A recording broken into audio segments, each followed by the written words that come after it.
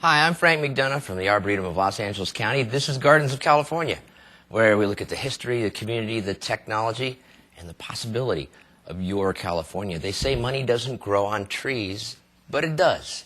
In fact, one of the most valuable crops in California are orchard crops, that is, fruits and nuts that grow on trees.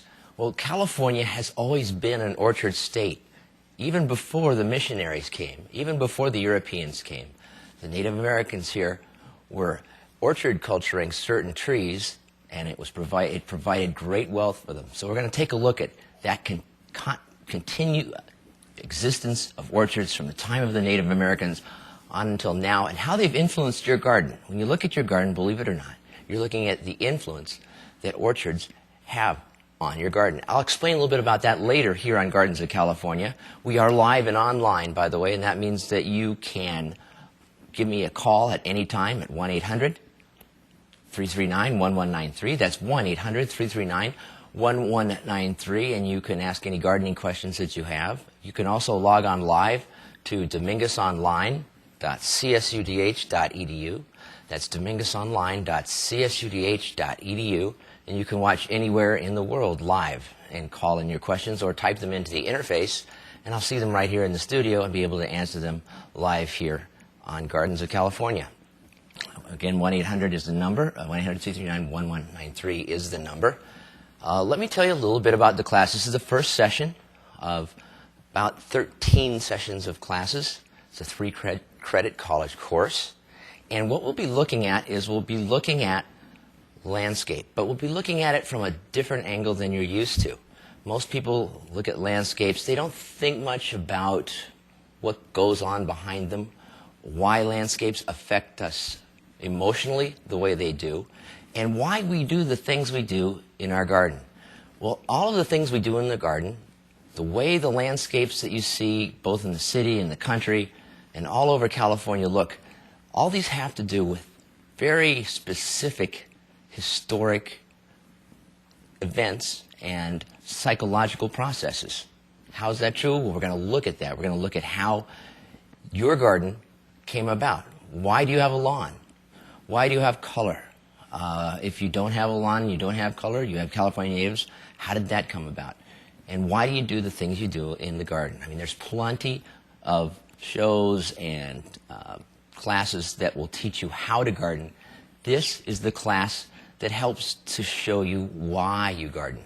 Again, there's some very deep psychological reasons why we both putter around in the garden and why we design our gardens the way we do.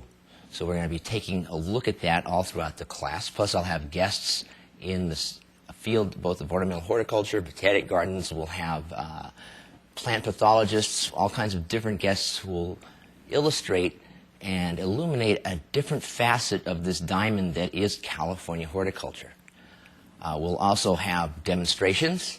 We will have plants. I'll show you I'll review books, give you some tips on the best books for gardening, for what you're doing, and much, much more. We also have all kinds of illustrative videos, both videos that tell you how to and some videos that actually delve into why you do what you do when you're gardening. Again, this is a 3-credit class. If you're taking the class, there are 3 major exams, if you can call them. The first is a quiz, second is a midterm, and the third is a project, a final project, and that'll be due toward the end of the class. I'll be putting more information up on the blackboard about that, so stay tuned to the blackboard. Also, if you're in the class, you will have to know about the books that we're going to be using, and if you're not in the class, you want to pay attention to at least one of these books, because these are really important books. One that's even called the Bible. It's called the Bible of Horticulture by California gardeners who are in the know. Let me show you what those books are. First book, this is completely optional if you're in the class, just a neat book to have around. This is called The Plant Book by Maberly, and the Plant Book basically has all of the genuses of plants that are out there. Why is this important? Well, a lot of times when you buy stuff from nurseries, you'll buy something that has been labeled by a grower, and growers aren't necessarily botanists. they're horticulturalists, they know a lot of plants, but if a plant comes to them, they're not too sure what it is, they may not do the greatest job of identifying it. And so you can use this book to look up and see whether the plant actually exists or not, which is really helpful. It's tough to go out and ask questions about a plant that doesn't exist. So, this is the plant book by Maberly. And again, that's completely optional, but it's a great book to have if you're a serious gardener, a serious horticulturalist, a die-hard hobbyist. It's the plant book by Maberly. By the way, my old boss, who was a PhD botanist who had a lot of experience, said if he was shipwrecked on a desert isle, that's Jim Baumel, by the way, if he was shipwrecked on a desert isle, that would be the book he would have, the plant book by Maberly. You know, most of the botanists have weird dreams, right? I'm a botanist. Most people would have at least a case of beer or something. But, a botanist, that is the book. And this is the text for everybody that's in the class. I'm going to ask you to read the first 3 chapters. You're responsible for the first 3 chapters, and that's it. The rest of it is optional. That is the reading assignment, and this is it right here. The California Landscape Garden, Ecology, Culture, and Design, by Mark Francis and Andreas Ryman. And this is a book. What's different about this book, as opposed to a lot of other gardening books, is it takes into account, when you're landscaping, the surrounding landscape. It talks about that. It talks about some pretty novel ideas in landscaping. And that's what I like about this book. It gets you to think out of the box. And that's what we're going to try to do in this class, is we're going to try to get you to think out of the box about landscaping. In fact, by the time I'm done with this class, everybody watching out there who watches it for some period of time is going to look at landscapes totally differently. You're not going to be able to see them the same anymore.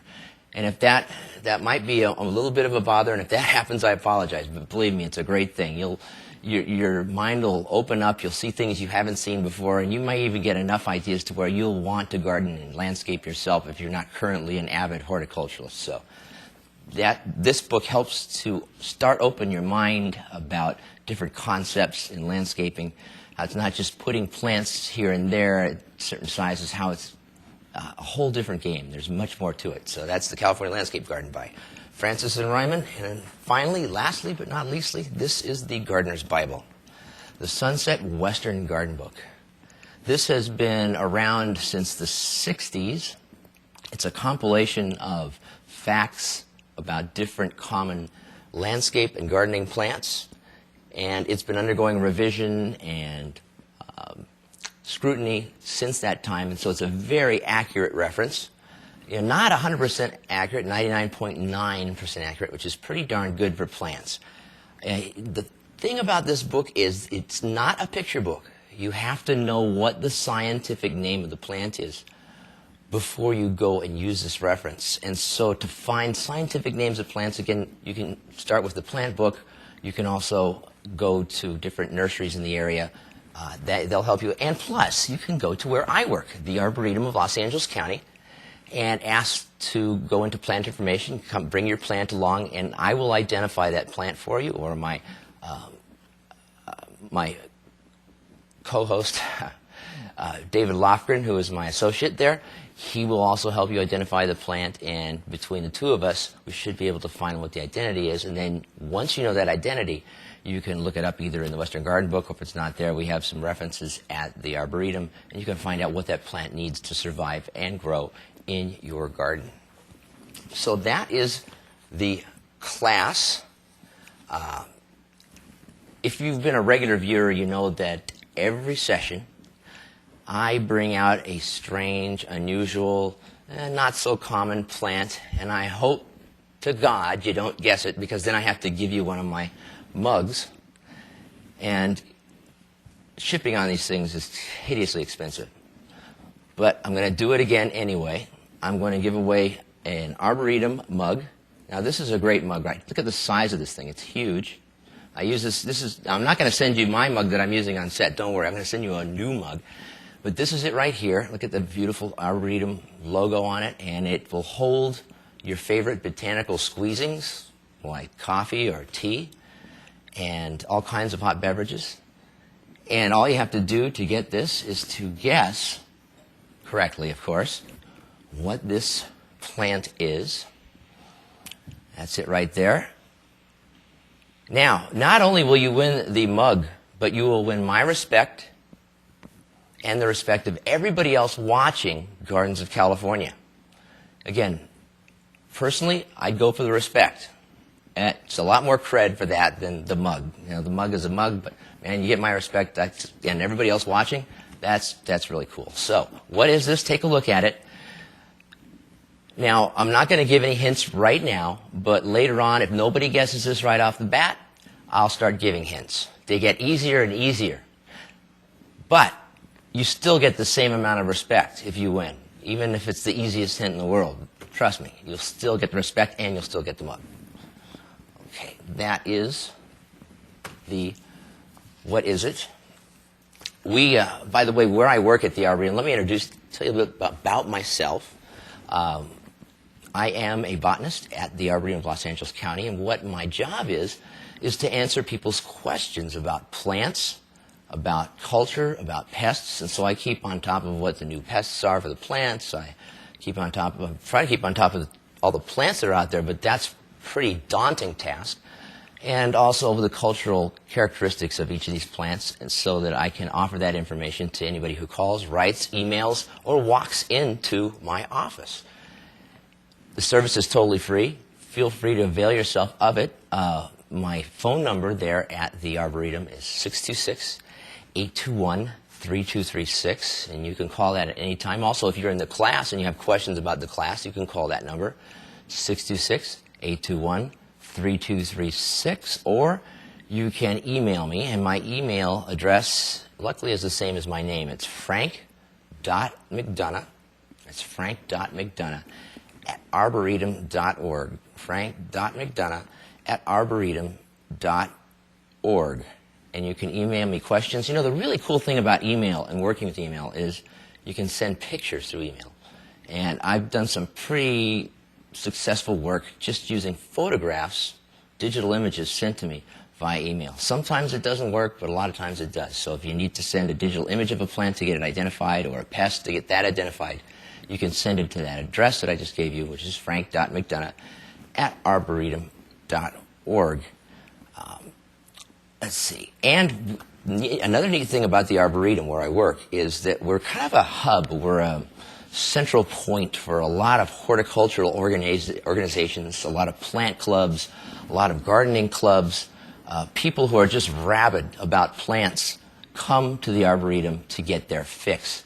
And as a result, we have a lot of these organizations meeting there on a monthly basis, and we have a lot of great plant-related events, and I want to show you a few of them right off the bat that I feel that you will enjoy if you come and visit. Now, the first one coming up is the Environmental Education Fair, March 8th and 9th from 9 a.m. to 4 p.m. What this is, it's a fair for educators, for teachers, for people dealing with any form of education of children, on how to educate them about the environment. And it's a really neat show. It's not just for educators. It's a great fair to bring your entire family to. One of the things they have every year is they have animals coming over from the zoo, and they talk about the animals, the environment that they're in, and what we can do to help save their environment. And so that's just one part of this great environmental education fair. They also had last year, they had hydrogen vehicles and fuel cell vehicles, and it's just a really neat show. So come on by, take a look at that, March 8th and 9th, 9 a.m. to 4 p.m., and you can call that number down there for more info, or go to our website, which is arboretum.org. By the way, you can go to arboretum.org if you need to get in touch with me. I'm on the staff list. You can find out about all the events and classes we have there as well. Another class that we have, or event we have coming up is, and it'll be coming up in just a second, the Orchid Show and Sale. If you are an orchid aficionado, come by. Orchids aren't that tough to grow. In fact, a little later on in Gardens of California, 2 or 3 sessions from now, I'm going to be talking about orchid culture. Excuse me. I'm going to be talking about orchids and showing you how easy they are to grow. So you can also find out at this show, which is March 29th and 30th, 10 a.m. to 5 p.m. Again, arboretum.org is the best place to go for more information, or you can call that number there, 626-821-3222.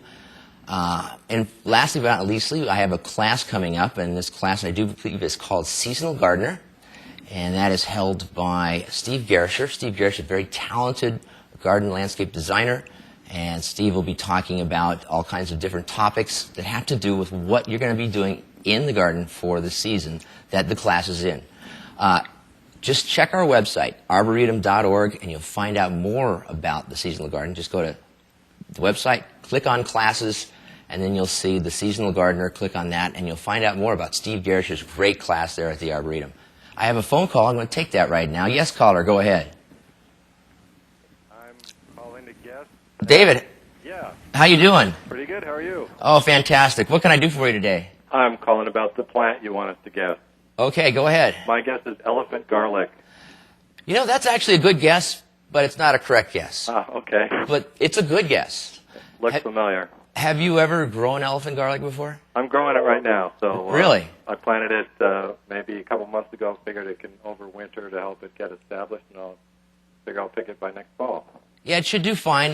If it tips back in the frost, it may take a little longer to come in. But yeah, elephant garlic works great. And you know what garlic also does in your garden?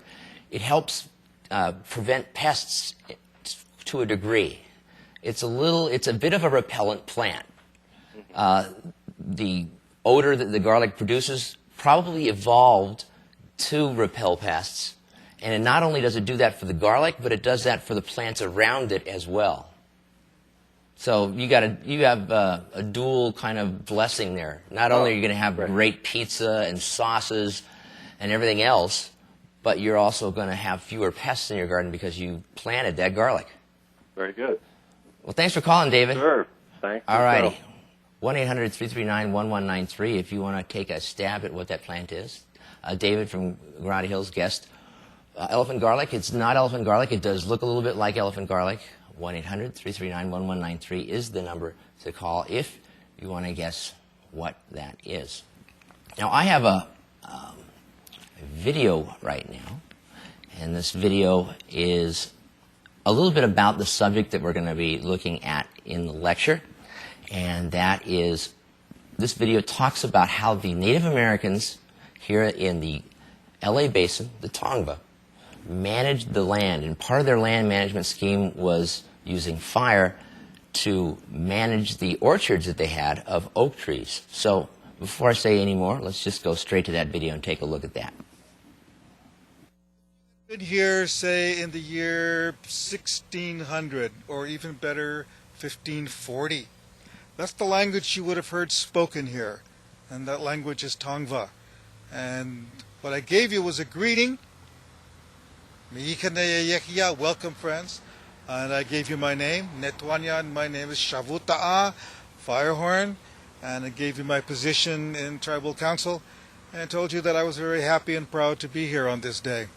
The original village was Sibagna. The people were the Tongva. And the world of the Tongva, which we call Tovangar, ranged from Malibu, which we know as Ongobiangna, all the way down to the Newport Balboa area. From the coast all the way up to the mountains, the San Gabriel Mountains, which we knew as Hidakapu, all the way to the Cajon Pass, over into Redlands, San Bernardino, down the Santa Ana River, and back down to the Newport Balboa area. From morning till dusk, we were always involved with the land, either gathering food, or hunting, or fishing, or trapping birds. But all of that was done with a great sense of piety, with a great sense of holiness. This does not mean that every single Tongva way back then did this, but that was the general concept. So that's part of the background and the relationship. Some of the plants that we used brought us medicine. Other plants brought us food. Other plants brought us construction tools for housing, for clothing, for shoes, for implements, for tools, for weapons. Of all the plants, the most important to us in the past and the most important to us culturally still today, of course, is the oak tree with the acorns. And for the inner valleys, then botanically we're talking about Quercus agrifolia, the coastal live oak. That was the major source of food. As far as the Tongva are concerned, in terms of the LA Basin, each family in the village had ownership and control and management of a specific oak grove, because it was that oak grove and the acorns from those trees that would feed that family. So that family was responsible for the following: for the maintaining of that oak grove, for the pruning of the tree, for the cutting down of diseased and withered branches, for burning the grasses around the trees so that the ash would form a better fertilizer, so that the heat would protect the trees and make them stronger in terms of being immune to beetles and to other insects, and to harden the acorns. But even beyond the world of plant life, this basin was the center of an enormous, very complex and very rich trade route. Most people don't realize how extensive that trade route was. But you can still, to this day, go up into the Los Angeles San Gabriel Mountains and the San Bernardino Mountains and find the old trails that led from, for example, Santa Monica or Sagna, all the way to the Colorado River and then on down into Mexico. And there are whole sections of the trail that are still visible, and it's startling to suddenly see this trail clearly marked, clearly delineated across the mountaintops in places where the ancient ones, the ancestors, cleared the rocks away for sleeping areas. Trails could be kept open through the forests by very cleverly clearing the land through very careful fire management, so that trails were kept open. And the traders who were going to trade as far as Cahokia, as far south as Mexico, could see the trails, could follow them easily, and make their way through. The fires, of course, were very carefully set, very carefully watched, and immediately stamped out when the fire was no longer needed. So it wasn't a matter of simply going up into places and setting a fire and then hoping that everything turned out all right. It was a 24-hour guarding of the land, guarding of the fire, guarding of what the fire was doing to the land. If we bring it all back in again. Welcome back to Gardens of California. I'm Frank McDonough from the Arboretum of Los Angeles County, and this is a 3-credit college class that looks at the history, the community, the technology, and the possibility of your California garden. And we are talking about orchards in California, their historical significance. But before we do that, let me do a couple of things. One, let me bring out the What Is It plant. Remember, you win my respect, the respect of everybody else watching Gardens of California, and a fine Arboretum mug that holds your best and finest botanical squeezings like coffee, tea, blueberry juice, you name it. It fits right in that mug. And all you need to do is to guess what this plant is. I'm going to give you a hint on what this plant is. Its name, which starts with its genus name and then a common name, is blank lily. Blank lily. So you just need to find out what that blank is. Blank lily. Do you know what this plant is? More hints coming if you don't. If you do, call 1-800-339-1193. Remember, my respect of everybody else watching, and that great mug. And I also want to talk to you a little bit about what's coming up here on Gardens of California in terms of the lectures. We have some really fascinating lectures coming up, and I'm going to give you a little overview of those lectures. Coming up, one of the lectures coming up, first one coming up, is Master of All You See, the philosophy and future of turf and sports turf in California. We're going to be looking at lawns. Why do lawns hold such a reverence for us? Why do we spend so much money on them? They're a billion-dollar-plus industry across the nation and here in California. We're going to be looking at that. We're going to be looking at the deep psychological reasons that lawns will probably never leave our landscape. And we'll also look at a great video, part of a video, a documentary about lawns in America. So there's all kinds of neat stuff in that session. Another session coming up, this greenhouse. We're going to be looking at interior plant growing. In other words, growing plants in greenhouses. We're going to see where that came from, what changed it and made it more available to everybody so that a lot of people with normal incomes can actually start a greenhouse. And we're going to look at the really fascinating future of interior plant growing in the United States and the world. I mean, there's growing plants in space. There's ways they can do that now. We're going to take a look at that too. So that's a fascinating lecture. Stopping to smell the California roses. Roses have held a fascination for European man, at least for a long time, and also for the world. They've become the de facto ambassador of love. They have a long history here in California and a very significant cultural impact as well. We're going to take a look at the roots of that cultural impact. We're going to take a look at why the rose is so important and what its philosophical, spiritual, and sexual connotations are to people who grow them and people who buy them. Another great session that we're going to have is the secrets below our feet.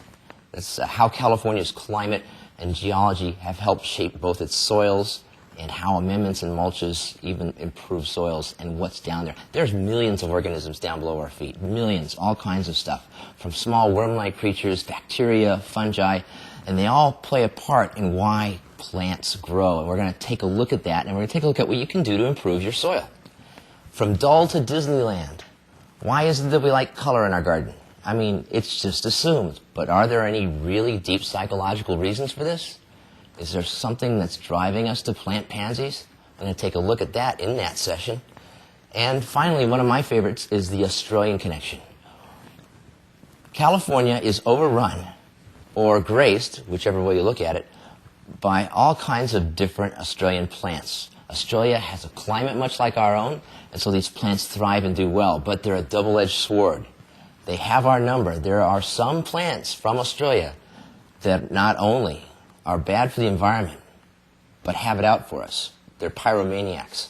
And we're going to take a look at that too. So we have some really neat sessions coming up.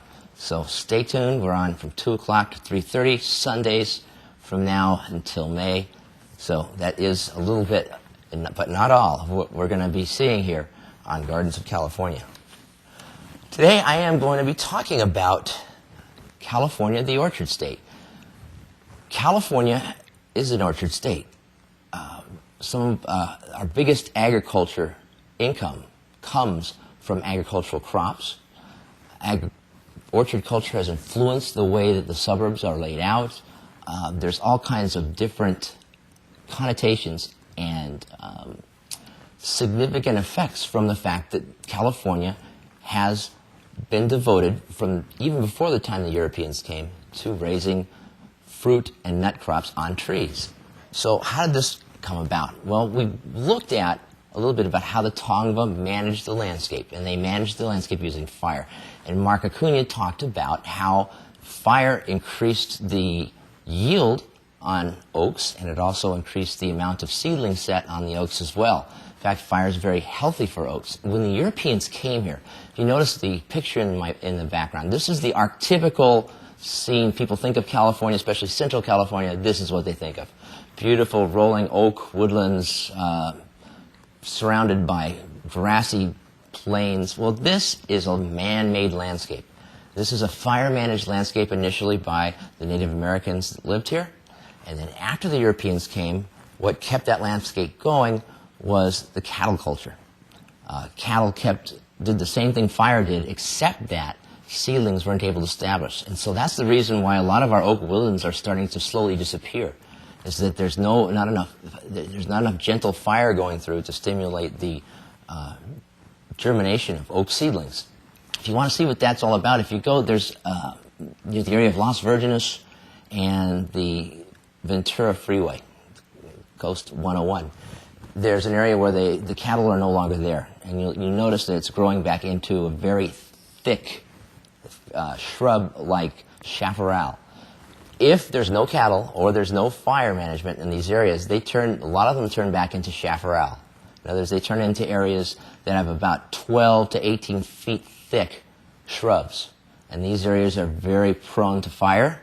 and they're very good areas for predators to hide out in. So in Tongva time, and the time of the Native Americans here, one of the reasons that they used the fire management was to keep predators away from them. The Tongvas here had villages that were centrally located, and they were surrounded by oak woodlands.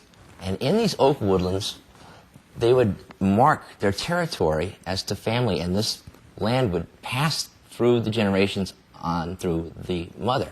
In other words, it would pass matriarch in a matrilinear fashion, excuse the huge word, that just means through the mother, on from generation to generation. This had two effects. One, it kept the food stable because everybody was responsible for one area, and they would culture that area, they would make sure it stayed free of weeds, they would fire manage the area. And two, it also kept the population as a whole pretty peaceful because there weren't any huge disputes about land. Everybody knew the land was going to pass on to the mother, and that was it. Countries that don't have that kind of succession, or cultures and societies that don't have that kind of succession, tend to be kind of unstable because you have siblings fighting for control of the land instead of everybody knowing who's going to inherit it. Another interesting thing about the oak woodland culture, it was stable. Oaks produced a lot of food per tree, and so it allowed for a high concentration of population. The Southern California area here before the Europeans came had some of the highest concentration of Native Americans anywhere. In fact, it probably was the highest concentration, and that was because a stable orchard culture allowed for a stable and relatively dense population. Most of the cultures, Native American cultures here, were fairly complex. They had a very complex social structure, and they had specialization. They had distinct classes, which you didn't see in a lot of the other Native American populations in the plains. They said you had some classes, but not a lot of classes. And as a result, you had a very, not only stable, but a very complex society. And this is because of the nature of the economics of the orchards. And the orchards allowed for a fairly stable food supply.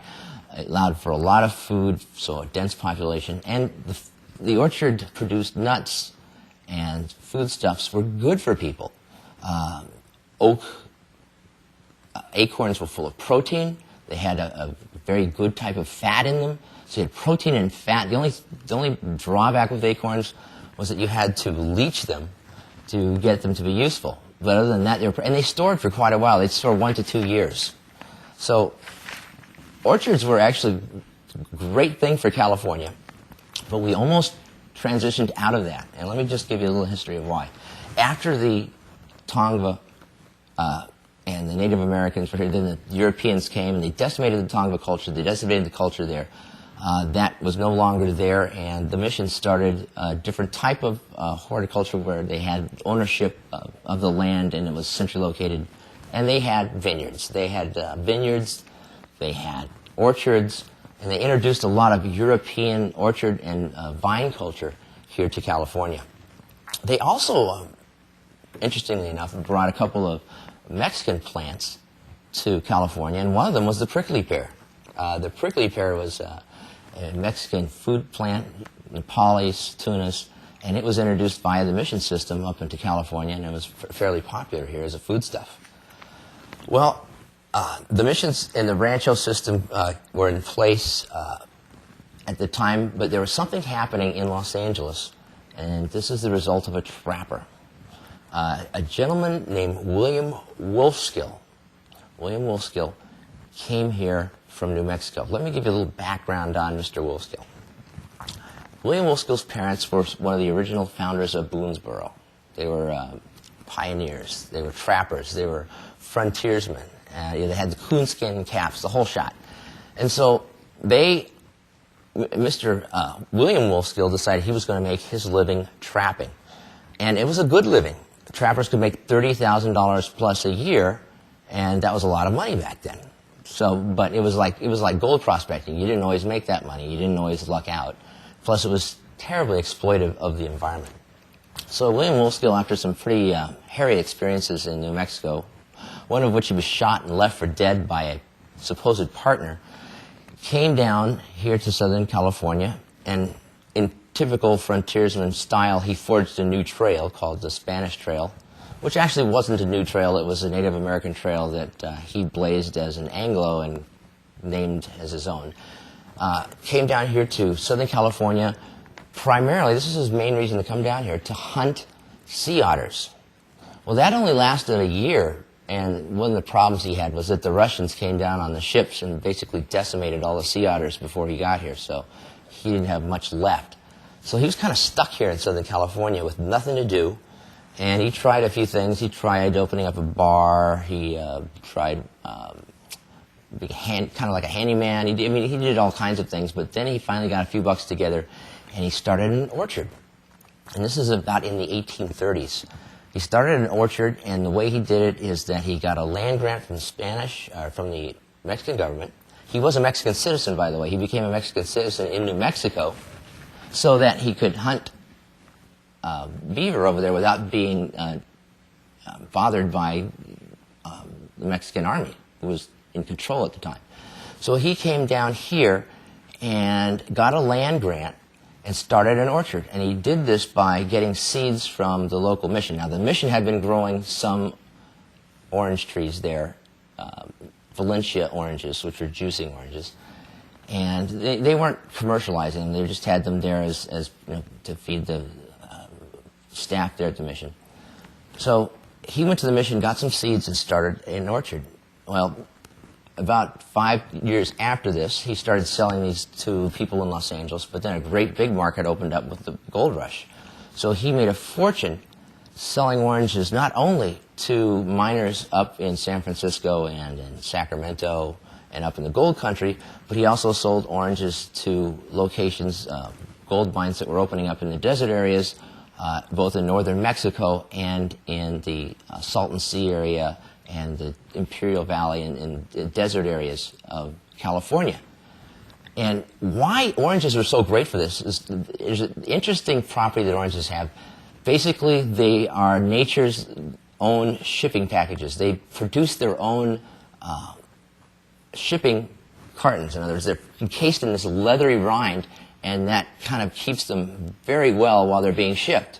You can take a freight of oranges, ship it for 5 or 6 days on a Pony Express or a stagecoach, and the oranges are just as fresh 5 days later. So this fruit was made for this kind of enterprise, for shipping great distances. And so it was no surprise that it became a huge boom later on. But let me tell you, there's a couple of things that almost got in the way of citrus being a boom, and let me tell you what those are. First off, a lot of California at the time that Wolfskill was growing his oranges was devoted to ranching, that is cattle. And cattle were not only sold in California, they were sold all over where you could get a boat. They were sold in Australia, they were sold in China, they were sold all over the Pacific Rim. Remember, at this time, just before and after the gold rush, you could take a ship from California to anywhere in the Pacific Rim, including China, Japan, Hawaii. I mean, it wasn't a big deal to go anywhere in the Pacific on a ship. It was very easy sailing. And so as a result, you had a ready market for all these things all around that part of the world. One of the things that was a great export was cattle. As you could, put cattle live on the ship, ship them over, and sell them. There wasn't a lot of that type of beef cattle in parts of the Orient, so you could sell it for an ungodly sum. The problem was that the cattle culture didn't figure on the once every century droughts that we have that last up to 7 years. So in 1863 there was a huge drought, and it wiped out most of the cattle here. Most of the cattle couldn't get enough water, and they died, and so many people were just completely wiped out by this. After that, the big export crop still wasn't citrus. They still hadn't figured it out yet. No, it was wheat. Wheat was a great crop as far as everybody was concerned because, again, it could export readily. You could take wheat, throw it on a ship, and if you get there in time, it doesn't mold, it doesn't spoil, you could make a lot of money. And so California almost became Kansas. In fact, we would have been, instead of the Golden State, we would have been the wheat state. Aren't you glad for citrus? I mean, we could have been Kansas, my God.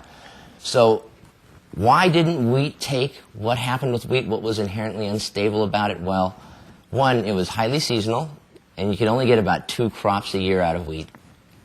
2, it ripened all at once, and so you had to have a specialized crew go out and harvest it. And 3, and this is the big reason, the worldwide markets were extremely unstable because people started planting wheat all over their market area, and they could produce it for less. And so if you had a year where everybody was growing wheat and did well, you just lost out. And so wheat, because of the worldwide market and because of the nature of wheat itself, the fact that it only ripens twice a year, it didn't make it. Plus, wheat doesn't make that much money per unit of land as citrus and other crops do. And so what happened? Well, wheat didn't, it didn't implode. The boom didn't go away very fast, but it did go away. And the reason is that orchard culture was much more lucrative. The first load of oranges that was sent to the East Coast was sent out of William Wolfskill's ranch in Los Angeles by his son.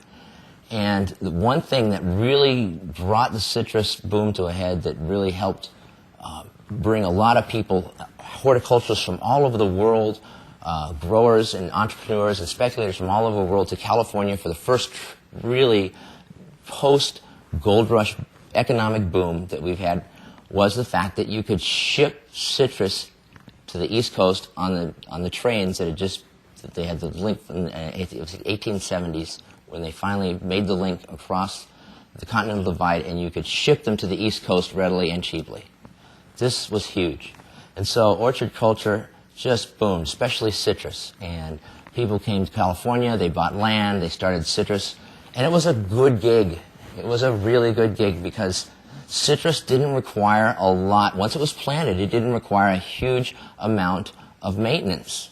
And you didn't have the possibility that an entire crop would fail completely at any one time. And you'd have some frosts, and you may have some crop fail here and there, but you'd never get 100% failure like you could with wheat.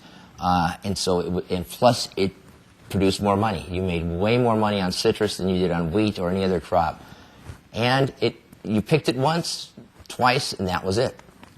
And so it lent itself to a very genteel culture. In other words, when you were growing citrus, you had a lot of time to do other things, and because the citrus was so lucrative, you also had a lot of money.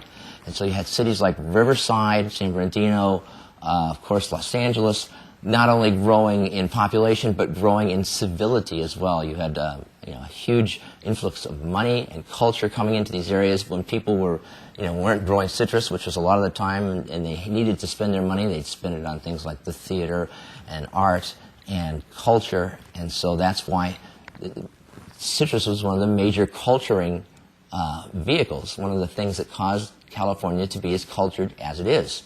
If California had been the wheat state and wheat hadn't been a problem and we were still wheat growers, we may not be as cultured. I'm not sure. I don't mean to offend anybody from Kansas or any other wheat state, but there just wouldn't be as much free time around, and, well, thank goodness for citrus. The boom did not last, but it didn't burst. It didn't burst like all at once. And there's a couple of interesting things that citrus did for California besides the culture. Another thing that citrus did for California is it laid the foundation for California to come. And one of the big reasons it did that is that citrus, in order to be profitable, requires some irrigation. Unlike other crops, it doesn't require a lot of irrigation, but it requires some irrigation. And as a result, you had people like the Chafees and other irrigation engineers coming to California and devising these elaborate and sophisticated irrigation systems to help increase the yield of citrus and the profitability of citrus. And so you had an influx of engineers who knew how to do things like irrigation and electricity coming into California. So this was a really good thing, too, because it laid the foundation for the California to come, because with the increase of population, you need water, you need power, and it was the need for those two things for the citrus culture, for the orchard culture, that did it. Also, the layout of citrus itself kind of resembles the layout of the suburbs later on. Unfortunately, the money that citrus brought in was also its doom, because with all this culture and everything else that citrus brought in to California, it also brought in, then it increased the population. And a lot of the prime citrus growing areas were lost to houses that were able to be built as a result of the increase in culture and funds and economy that the citrus itself caused. And so it kind of held the seeds for its own destruction. In fact, the very interesting thing about citrus is a lot of citrus growing colonies sprung up around Los Angeles and Southern California, and quite a few of these were utopian colonies. In other words, they were founded by people who saw the ideal lifestyle that orchard culture brought, and they said, wow, we can have heaven on earth. And so you had places like Upland and Ontario and other cities like it, Claremont, that were based on the idea that if everybody just got along and followed the rules and grew citrus and other orchard crops, life would be as the gods. Of course, that didn't happen, but for trying it, they did bring a lot of culture in, and they brought a lot of civility in, and as a result, Southern California probably grew a lot faster than it would have without the citrus culture. Now, citrus culture these days is still with us. Citrus is no longer the number one crop in California, that is tree crop. The number one woody fruit crop in California is grapes. And we have about, I think, 800,000 acres devoted to grape culture, and that includes table grapes and wine grapes. The second most popular and grown fruit tree, that is as far as commercial fruit tree growing, in California is still not the citrus, it is almonds. Almonds are grown in the Central Valley, and they're a huge export item, and they've eclipsed citrus quite a while back as being the number one crop. Citrus is not even number 4 or 5, it's down there on the scale now, but it's still there, and we still have a lucrative citrus industry. It's just not as big as it used to be. Now, interesting thing, too, as far as the percentage of crops grown in California, orchard culture or orchard trees have increased from the 60s. We have more orchards out there than we did in the 60s. And we're very fascinating subject, that orchard culture still with us and probably will be with us for a long time. We still need to eat we need to eat fruit, we need to eat almonds, and we need the money that these things bring in from the rest of the world by selling them. So that is how orchards have influenced California. Next time you go out into your backyard and you look at your orange tree, you'll have a better appreciation for it and realize that it was a vehicle for civilization and a vehicle for the lifestyle that we have today. So that's the lecture, and I'm going to go to another video now. And this video, let me set this up for you. Pacific Fruit Tree Farm is no longer in existence, unfortunately. Bill Nelson, who was the founder of that, retired from the business a couple of years ago. And this nursery is no longer in existence, but there are a lot of rare fruit nurseries in California. These are places where you can go and buy fruit that you can't necessarily find in most major nurseries. We're talking about different varieties of lychee, different varieties of oranges that you don't normally see for sale. I mean, all kinds of different fruits, subtropical fruits, different types of papayas. There are a lot of specialty nurseries that you can find out there now that sell these fruit trees. You can find most of them if you go to the webpage of the California Rare Fruit Growers Association. If you just put in California Rare and Fruit in your Google search engine, you will find this page, and on this page is a list of all the different nurseries that have these fantastic fruits that you can try out in your backyard. Well, I did this video about 4 years ago, pretty close to when I started Gardens of California, and it's a great video. Bill talks about all the different interesting fruit trees that you could buy at what was Pacific Fruit Tree Farms then, so let's take a look. Hello, my name is Bill Nelson. I'm the owner of Pacific Tree Farms. My wife and I started this nursery about 34 years ago as a living Christmas tree farm, first of all, then we branched out into many areas of horticulture, usually specializing in, our main interest has been in unusual things, plants and trees out of the ordinary, the ones that are kind of hard to find or maybe they're brand new. That's been the most intriguing thing to us.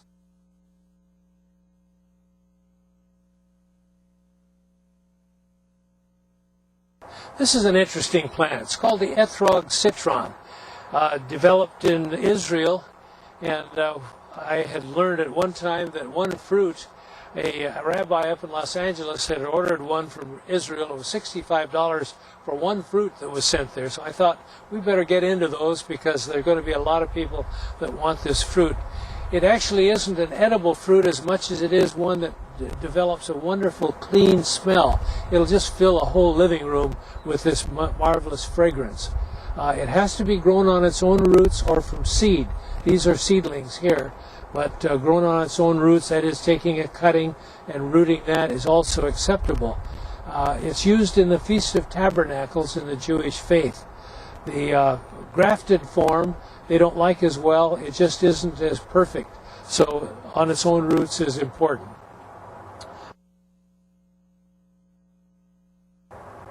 One close by here next to the Ethrogs is a relatively new citrus from Japan. Actually, it's been around a while, but it's just now getting popular. It's called a yuzu, Y-U-Z-U, and it has a very special flavor. Many gourmets want to add that to their cooking just for that special flavor that it offers. It doesn't look like much when you see the fruit. It looks like a kind of a immature lemon, and it's fairly sour, but there is a special flavor to it that people really thoroughly enjoy.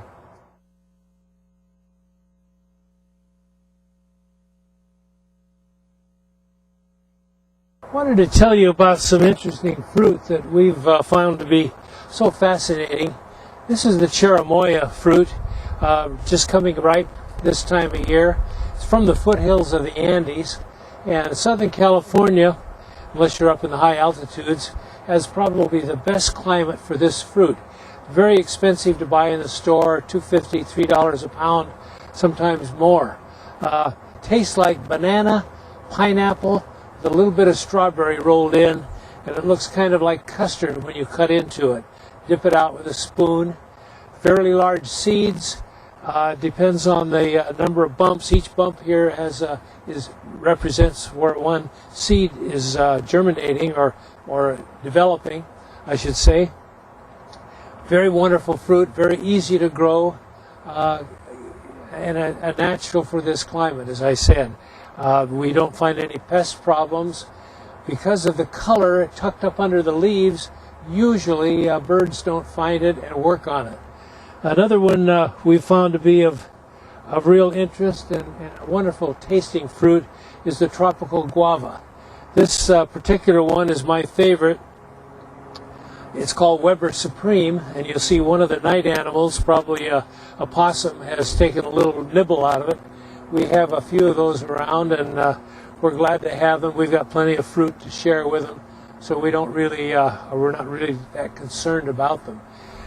The tropical guava is about a 25-foot tree, very easily maintained, natural for this climate, abundant bearer. It will have one crop a year, usually about now, and fruit stores reasonably well in a refrigerator, probably a week or 10 days. Can be made into juice. I'm sure most people have tried. Hi, welcome back to Gardens of California. I'm Frank McDonough from the Arboretum of Los Angeles County, and this is the 3-credit college class that looks at the history, the community, the technology, and the possibility of your California garden. And today we're talking about orchard culture, and that was Bill Nelson, who was ex of Pacific Fruit Tree Farms, talking about different types of fruit. We have a couple questions that we'll take in a little bit. We are open for all your questions, so give me a call at 1-800-339-1193. Now you can call with all of your gardening questions. I'm open for questions. 1-800-339-1193. I am questionable, 1193. Highly questionable, some people say. Now, this is the What Is It? Remember that if you guess this correctly, you win my respect and the respect of everybody else watching Gardens of California and a fine Arboretum of Los Angeles County mug. 1-800-339-1193 is the number to call for that. Remember the last hint on this, and we had David calling, he guessed it was an elephant garlic, and it's not. David from Granada Hills. The last hint on this was it's blank, put the name here, genus name of a plant, lily. It's not a lily but it's called a blank lily. And I'll give you another hint. It's native to South Africa and Africa. That's another great hint. So, if that helps, give a call, 1-800-339-1193. And I'm going to take a phone call right now. Yes, caller. Jim from West Hills, how you doing? What can I do for you? Hi, Frank. Well, first of all, let me take a shot at guessing that plant. Is that a peace lily? A Heath? Can you repeat that? Peace lily. Can you spell that? Peace. P as in... P-E-A-C-E. As in peace and love, peace. Oh, peace lily. Yeah, no, it's not. It's actually, it's not really a lily. I'll give you that. It's not a lily at all. It's just the common name is it has lily in it. But it's really not a lily. So if that helps. Okay, I have two questions. Sure, go ahead. Okay, first of all, I've been trying to grow calla lilies on my property a few times. I think I've gone through about 3 plants, and they've died. Right now I'm growing one that I planted about 2 months ago, and I noticed some yellowing in the leaves, and the leaves are dying off one by one. Okay. I'm giving the plant food like Miracle Grow, All right. according to the instructions. Okay. What Well, do you think I should do to help the lily prosper? let me tell you something about those West lilies. Hill's pretty heavy clay soil, but it's well amended. You may not know this, but they are deciduous. And what that means is in the wintertime they lose their leaves completely and they die to the ground. And they look like they're dead. Now the worst thing that you can do when they're doing this, or one of the worst things you can do, is to fertilize it. So you don't want to, you want to fertilize them when they're actively growing, but not when they're starting to go dormant. You don't need to fertilize them then. So you're probably okay. They're just going dormant. Hang on there. Around March or April, they'll start coming back up again. Bet you didn't know that about them. Okay, the second question I have is regarding my overseeding of the lawn this season. I also overseeded some bare patches, and I noticed some of the tiny, tiny seedlings that had sprouted had disappeared, and some of them seemed to be cropped in half as if they were eaten by something. Is there a pest that tends to nibble on baby grass seedlings? Let me ask you a couple of questions first. They're fescue. It's fescue? What time of year did you put the seed down? Yes. What time of year? I put it in December. You put the seed down in December. Okay. Just before Christmas. Just before Christmas. It may be a little cold for that. The ideal time for planting is in the fall or in the spring. If you plant it in the summer, it can dry out. If you plant it in the dead of winter, it may not do much. It may, it's not frost sensitive, but it'll just sit there and it may not do much for a while. So if you have a small amount, if it's coming up, but it's not doing much, you still might be okay, as long as it's nice and dense. How did you prep the soil? I was just an overseeding, so I did give it a little bit of manure, and I prepared the bare areas by breaking up the soil and, cultivating in the amendment and letting it settle for several days before I put in the seed. Okay, now are you seeing grass coming up at all right now? You said some of it's coming up. Oh, yes. Okay. Yeah, it seemed to come up quite well, but I noticed a few of them had disappeared, and a few of them looked like they were actually cut or eaten, like the blade of grass was cut in half. Okay. Do you have birds of any type? Not quite narrow. Do you have any large birds in the area? Geese, ducks? Large birds? Yeah. Do you mean like crows or something? Oh, any type of large bird, yeah. See, Yeah, we have a lot of birds around here. birds, if they get hungry enough, will eat new grass coming up, but if it's established enough, it won't hurt it. It'll just keep growing. I would, if you have enough of it coming up, I wouldn't worry about anything until about a month or two from now, because it's a little cold right now, and it's going to impede the growth, but it should, that type of grass takes a while to come up in the wintertime. The winter rye, on the other hand, grows well in the winter. The fescue is going to be really slow, so hang in there, see what happens, reevaluate it in about a month. Okay, thank you very much. All right, Jim, thanks for calling. 1-800-339-1193. I'm open for any and all plant questions, so give me a call. I have another caller right now. Yes, caller, go ahead. Hi. Hi, Kristen. My name's Kristen. Hi, Kristen. Hi. I wanted to try to guess the plant first. Is it a plantain lily? What was that again? Plantain lily? That's another good guess, Oh. but it's not. Okay. I wanted to ask, I have an orange tree, and it has a lot of oranges, but they're very sour, and I Okay. was wondering if there's a way I can tell if it's a sour orange tree or if it just needs some more fertilizer. Or What does the rind look like? Is the rind smooth or is it not smooth? It is, it's pretty smooth, Pretty smooth? yes. Is this a bushy tree? No, it's pretty big. I'd say it's 15 feet tall. Does it have a noticeable trunk? Yes. Okay. Do you know, has anybody told you what type of orange it is? No. No one. Has it always been sour, or is this just this year? It's always been sour, but when I moved to my house, it was not very well cared for. What you might have is a rootstock citrus that has grown up and become the main part of the tree. Most citrus, when you buy them, are actually two trees. A rootstock citrus and a desirable citrus or fruiting citrus that's grafted on top of that rootstock. Right.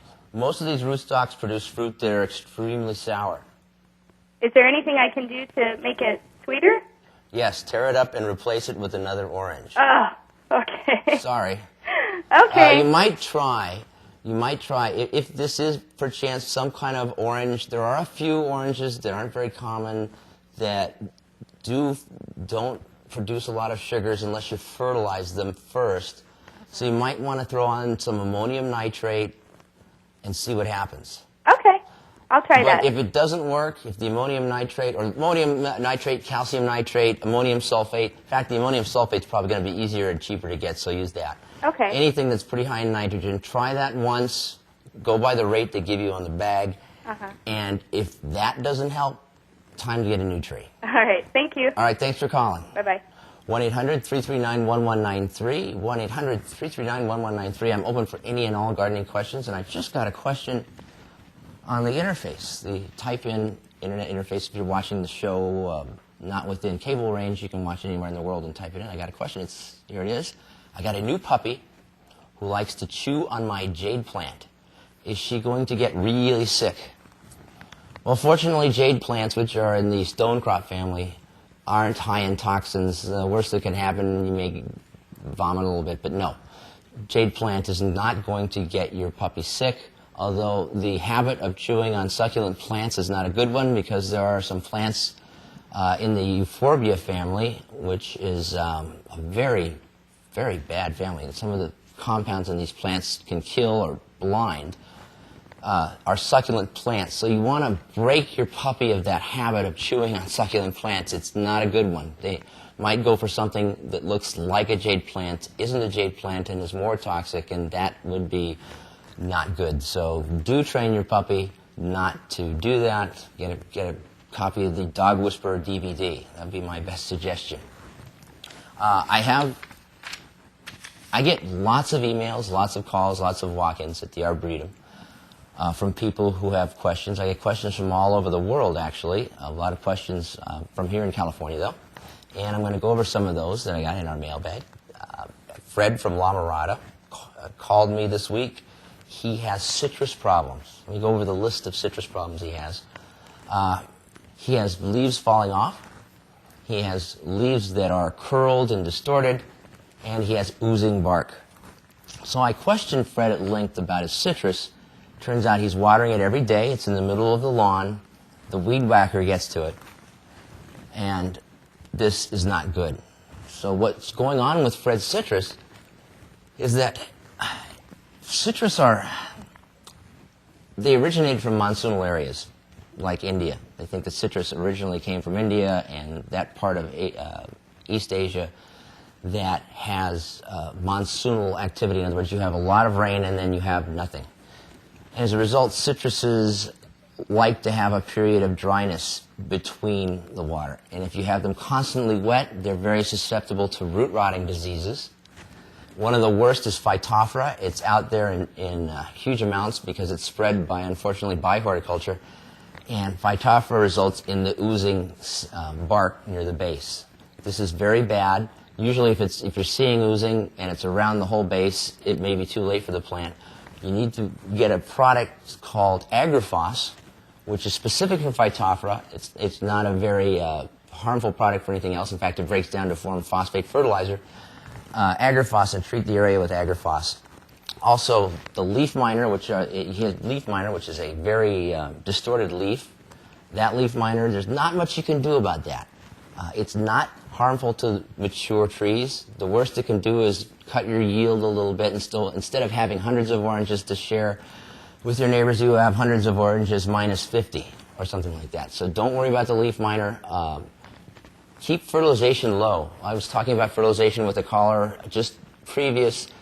You may want to do that once every year, but no more than once a year to keep the leaf miner down. And the dropping leaves are actually a result of the Phytophthora as well. So you take care of the Phytophthora, you will take care of the dropping leaf problem. So that was Fred from La Mirada. And I have another caller. I'm going to take the caller right now. Yes, caller, go ahead. Go ahead, caller. Don, how you doing, Don? Hi, I'm fine. What can I do for you today? Gosh, I'm hearing different things. I have to quit looking at the TV, I suppose. My question is about mango in the South Bay area. And will they grow? And if so, how? And how big are they? Well, Don, I was going to do a feature in just a little bit. Different plants and fruits. I was going to bring up a fruit like so and ask if it will grow here in Southern California. And one of them is mango. So you just stole my fire. I'm so sorry. I just had to turn down my TV. Can you say that It's one more okay. time? We can start it right now. So this is good. So let me tell you. What timing? Great timing. Great timing. Okay. This is a mango. This particular variety is called that's huge. a golden mango. It's huge. It's from Ecuador. Your mangoes may not look like this, but you can grow mangoes where you are in El Segundo. Okay. And in fact, this is a really interesting fact that I didn't know until I started working at the Arboretum. Los Angeles was actually the hub of mango culture for 10 or 20 years here in the United States.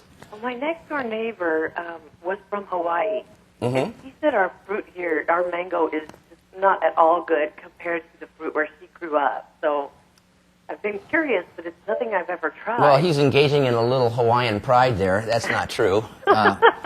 Well, her name was Miley, which was really interesting. It's divine, you know.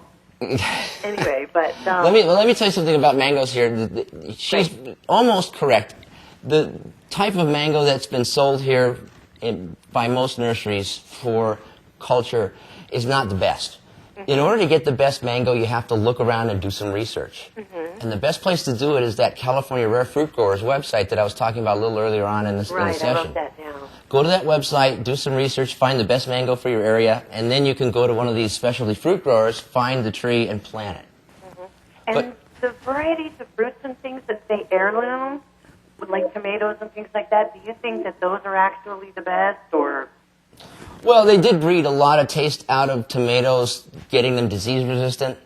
But remember, first off, heirlooms is kind of misleading. Not all of them are heirlooms. A lot of these are actually varieties that were produced and marketed from the turn of the century to the 1930s by seed companies and catalogs. Right. And they're not really passed down from generation to generation. Some of them are, but most of them aren't. They're just called heirloom because they're hard to find now, and you have to, go out of your way to find them, although they're making a big resurgence, and so they're not hard to find. One of the drawbacks of heirlooms is that you have to be very careful about crop rotation. Because there's no disease resistance, they'll build up the diseases in your soil a lot faster. And so that means you've got to rotate your crops. So you have to go and not grow heirlooms in the same area for more than 2 years in a row. Okay. Very tough for a lot of people to do when you're talking about small areas. So your best bet if you have a small area, not a lot of area to grow stuff in, is to grow these in containers and change the soil out every year for fresh potting soil. Okay. And get big containers. You want to start with a container that is the size of a half whiskey barrel or half wine barrel. Okay. But they do have a lot more, generally a lot more sugars in them. There's a lot more variety in them. They have varieties that are very low in acid, and so they're very good for salsas. And you can go hog wild with it now. They've brought so many of these varieties back that it could be your whole life doing these kind of heirloom tomatoes. In fact, during this session, I will be showing a video about a grower who talks about the different types of tomatoes. I've shown this before. It's Steve Goto. He does a lecture around the area. It's great. But I have some of his, him talking on a video about the different varieties, and he talks about how these varieties are useful in some areas and not others. The high acid varieties have little tiny varieties that are golden and taste great, and it goes on and on. So yeah, it's an obsession. Yeah.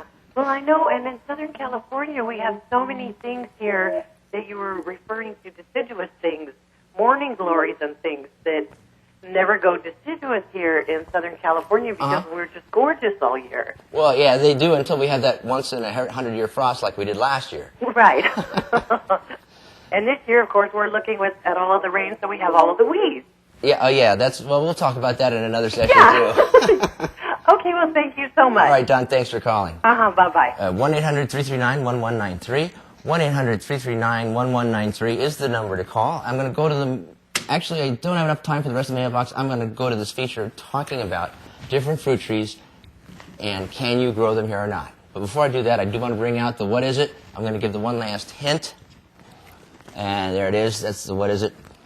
This is going to be a hominin hint, I guess you call it. I'm going to try to make something that sounds like the name. This is a blank lily. In the first part of the words, if you like shred, first part of the word of the genus name of this lily is something you do when you get some really bad news. The first part, it's 2 syllables of this word, is something you do when you get really bad news. So it's 2 syllables, lily, blank lily.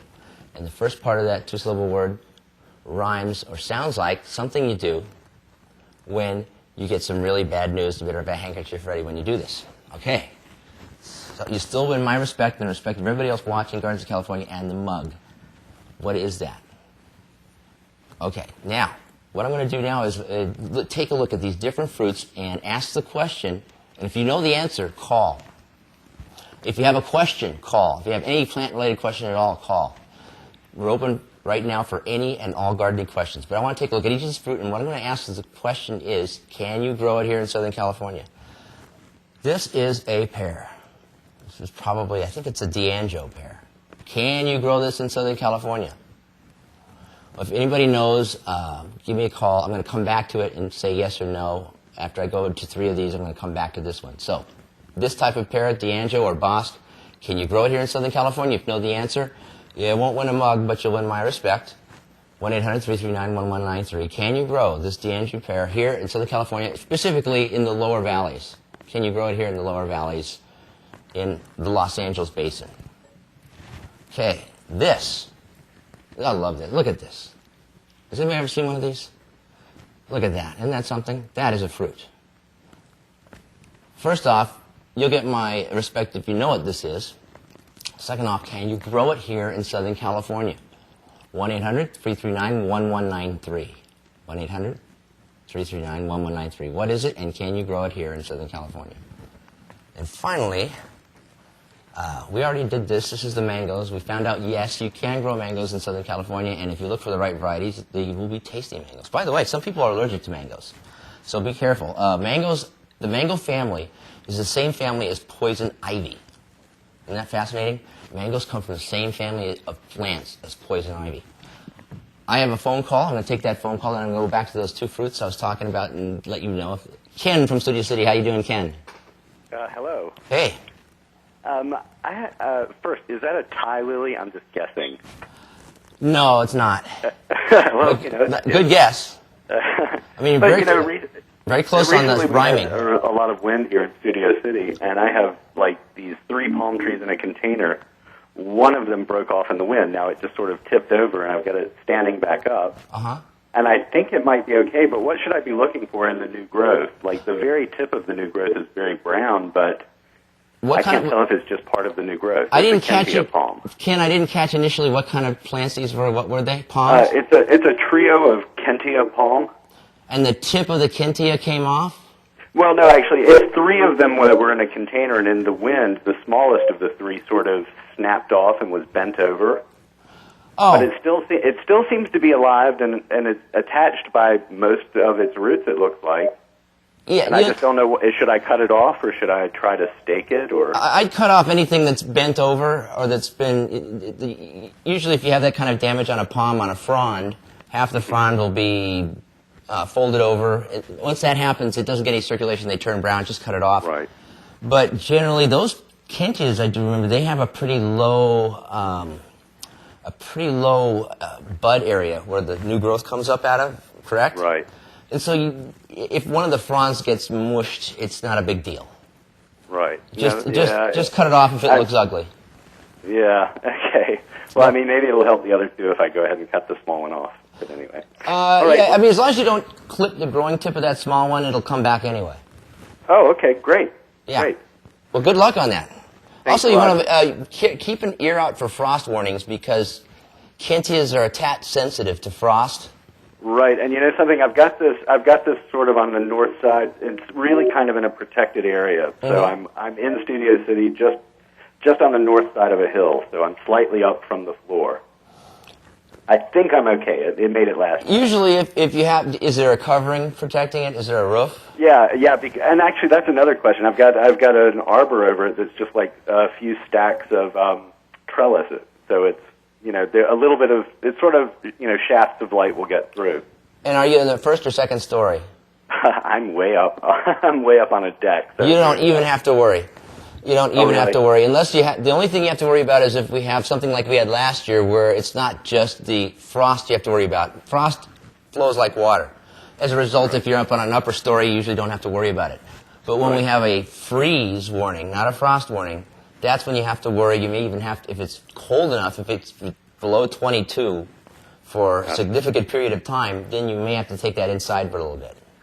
Okay, it's big. Well, if you can't take it inside, there's a couple of things you can do, and I'm glad you brought this up because it's something that needs to be talked, because we still have a possibility of a frost. It's still February. I do want to bring this up. One, there's a product you can use called Cloud Cover. It also goes by the name of Wilt Proof, and there's some other brands. And what it is, it's a type of liquid plastic that goes on the plant. You can't see it. It clogs up all the pores in the plant that keep, and what it does is it clogs those pores up and keeps water from evaporating out of the plant. And that's how a lot of plants get frost damage. They dry out, literally, where they stand. So if you can kind of seal them up, that helps. Also, you can drape them with sheets. That helps, too. So those are the 2 things you can do. If you can't bring it inside, drape it with sheets, and also use that cloud cover on it, and that'll help. Well, I've had this thing for about 7 years, and here's another question. It's starting to get tall. Like, the newest growth is really going to kind of, grow into the arbor over it. Right. How much? They can't take any sun, can they? They really need a shaded area. Kentias can take a little sun in the morning, but no, you don't want full sun on them in Southern California. Yeah. Okay. I've got to make something. Yeah, Kentias are kind of, they're not the easiest things in the world to grow. They're a little persnickety. I bought it here. I took it with me to San Francisco. I took it with me back to North Carolina. Now I'm back here. It's been everywhere. But yeah, you're doing the right thing. You're babying it, so that's good. They're basically houseplants here, for the most part. So yeah, you're doing the right thing. You keep doing what you're doing.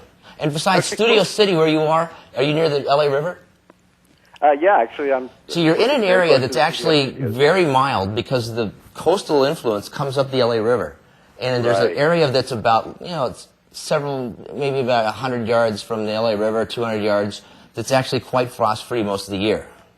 Right. So you're in a good area for that. Yeah, it's funny. I mean, just outside of my neighborhood, I saw a lot of frost damage last year, but really nothing here. So. Yeah, you're lucky. You're in a good area. That's why people pay the big bucks to live there. Not me. Well, thanks so much. It's a great show. I just found it, so I'll keep tuned in. Tell your friends. Great. All right. Thanks for calling, Ken. 1-800-339-1193. 1-800. Looks like nobody's going to get the what is it plant. I'll have to bring out the cup next session. That was it for the cup if somebody guessed it, but I'm going to bring another one out instead of the calendars next session, unless somebody guesses it today. So, are you going to be a spoiler for everybody next week?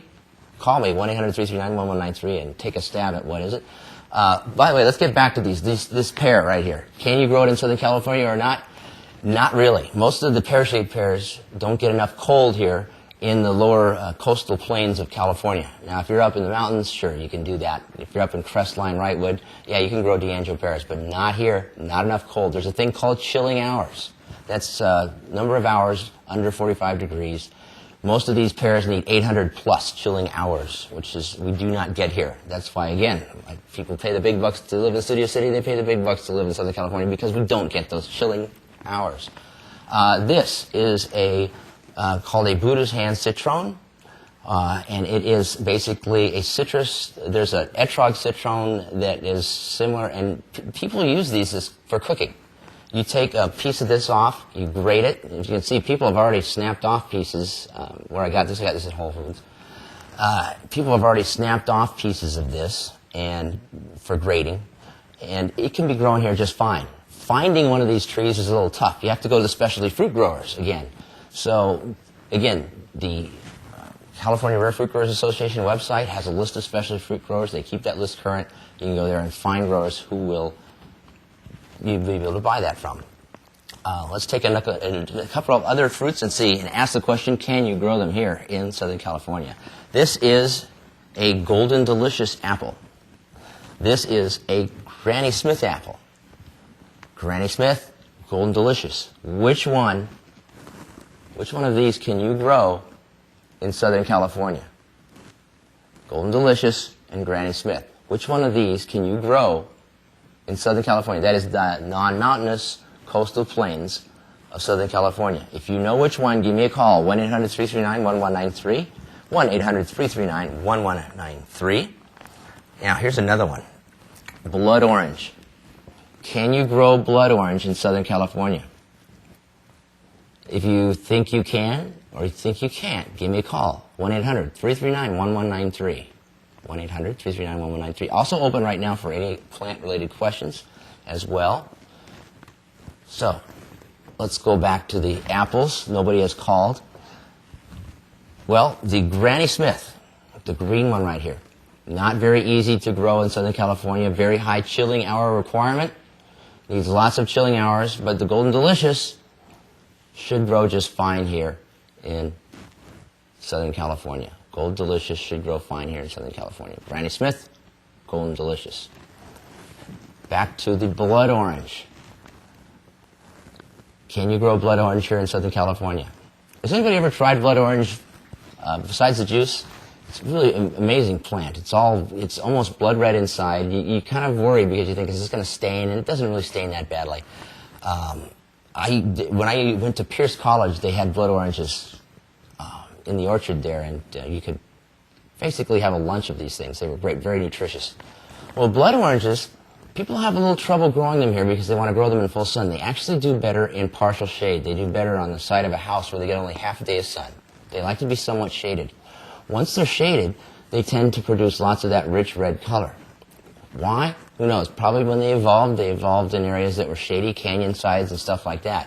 But blood oranges can be grown here in Southern California just fine, and as long as you give them a half-day sun or some partial shade, they'll do really well. Sometimes some varieties will do there's a couple of varieties that do well in the sun as well. But most of the varieties like partial shade. I have a phone caller. I'm going to take that call right now. Yes, caller, go ahead. Isa from Lake Hughes. How you doing? All the way from cold Lake Hughes. Yeah. It's 3,000 feet up here, so I'm thinking it would be the Granny Smith apple, right? Well, actually, you probably didn't. It's the Golden Delicious that grows well here. But where you are, Isa? You can grow both of them. Because it's 3,000 feet. Yes. So you can grow, and the Granny Smith is the one that can't grow here. And that's what were you guessing that as the one that... Excellent. You've just earned my respect. Okay, good, thanks. And the respect of everybody else watching Gardens of California. Congratulations. Thank you. Before you go, let me ask you a question. Do you have fruit trees in Lake Hughes? More in Leona Valley. How about yourself? Do you personally have any fruit No, trees? I was thinking about growing a fruit tree. I thought about growing a peach tree and an orange tree. See, you have a lot of options because you can grow better peaches, bigger peaches than they can down here in the valleys. You know what I would do if I were you? What's that? There is a wholesale place in the San Joaquin Valley near Visalia called L.E. Cook. So type in L.E. Cook in a search engine. You'll come up with their webpage. They'll have their catalog, and it'll tell you how many chilling hours, and they'll give you a description of all the fruit. And you can just go hog wild with all the fruit you can grow there in Lake Hughes. Okay, L.E. Cook. What would be the website for L.E. Cook? L.E. Cook in Visalia. Oh, great. Now thank you for calling, Issa. That's about all the time we have for Gardens of California. I'd like to thank Burkhardt Nurseries for loaning some plant material, and also the Arboretum of Los Angeles County, of course, for the What Is It plant. And next week we'll have another great session. So thanks for tuning in, and goodbye, and good gardens.